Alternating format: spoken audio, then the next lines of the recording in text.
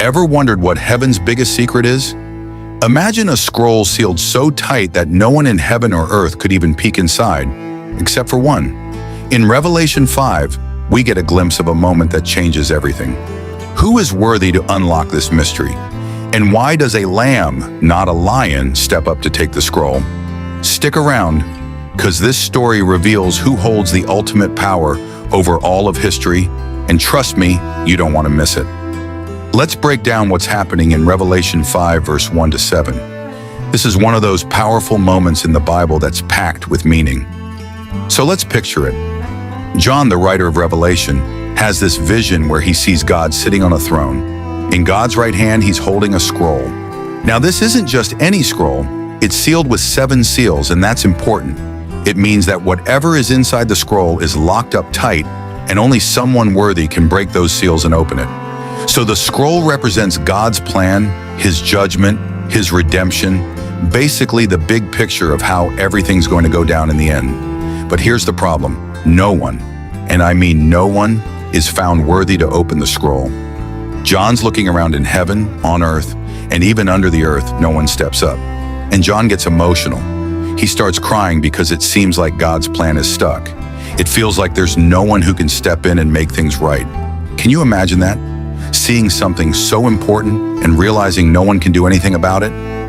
But then one of the elders, one of the 24 elders around the throne, comes over to John and says, "Don't cry.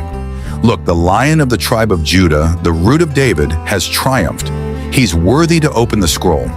Now, when you hear Lion of Judah, you think strength, power, and victory, right? That's the image the elder is giving John. But here's where the story takes a turn. John looks up, expecting to see this mighty lion, but instead he sees a lamb. And not just any lamb, a lamb that looks like it's been slain, like it's got the marks of death on it, but it's still standing. That's a pretty intense image. This lamb has 7 horns and 7 eyes, which are the 7 spirits of God sent into all the earth. The horns symbolize power, and the eyes represent knowledge and wisdom. Basically, this lamb has all power and sees everything. This lamb, of course, is Jesus. The lamb who was slain is now alive and standing, showing that he's conquered death. And here's the thing, the lamb steps forward and takes the scroll from God's right hand.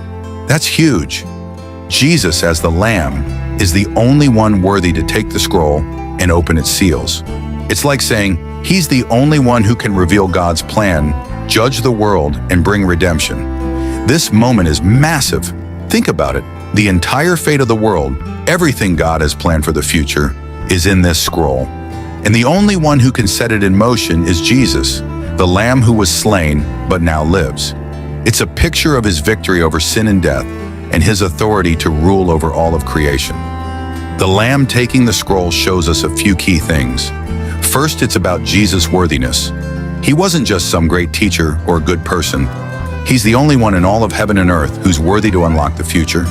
He's got the power and the authority because of what he did, dying on the cross and rising again. Second, it's a picture of Jesus as both the lion and the lamb. He's got the strength and power of a lion, but he chose to save the world by becoming the lamb, by sacrificing himself. It's that balance, strength through sacrifice, that makes him worthy. The world looks for strength and power, but God's way is strength through humility and sacrifice. And lastly, the Lamb taking the scroll shows us that God's plan is on track. Even when it feels like no one's in control, like everything's falling apart, Jesus is the one who steps in. He's the one who's got the future in his hands. It's all part of God's plan, and Jesus is the key to making it all happen. So when you think about the Lamb taking the scroll, don't just see it as a random vision. It's a reminder of who Jesus is, the only one who can make everything right.